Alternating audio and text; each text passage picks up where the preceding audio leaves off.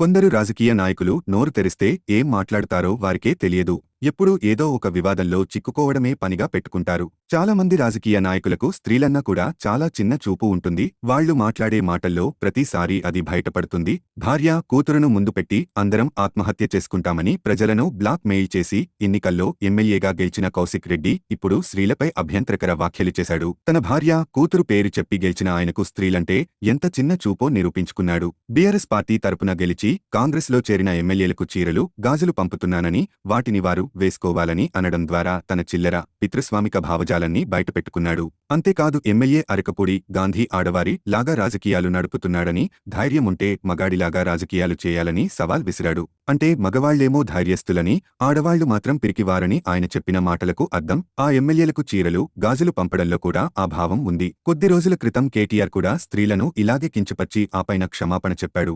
ఒకవైపు స్త్రీ పురుష సమానత్వం గురించి ఉపన్యాసాలిస్తూనే మరోవైపు స్త్రీల గురించి వీళ్లు ఇంత నీచంగా ఎందుకు ఆలోచిస్తారు? వాళ్ల పార్టీ నాయకురాలు కల్వకుంట్ల కవిత, సబితా ఇంద్రారెడ్డి, సునీతా లక్ష్మారెడ్డిల గురించి కూడా కౌశిక్ ఇలాగే ఆలోచిస్తాడా?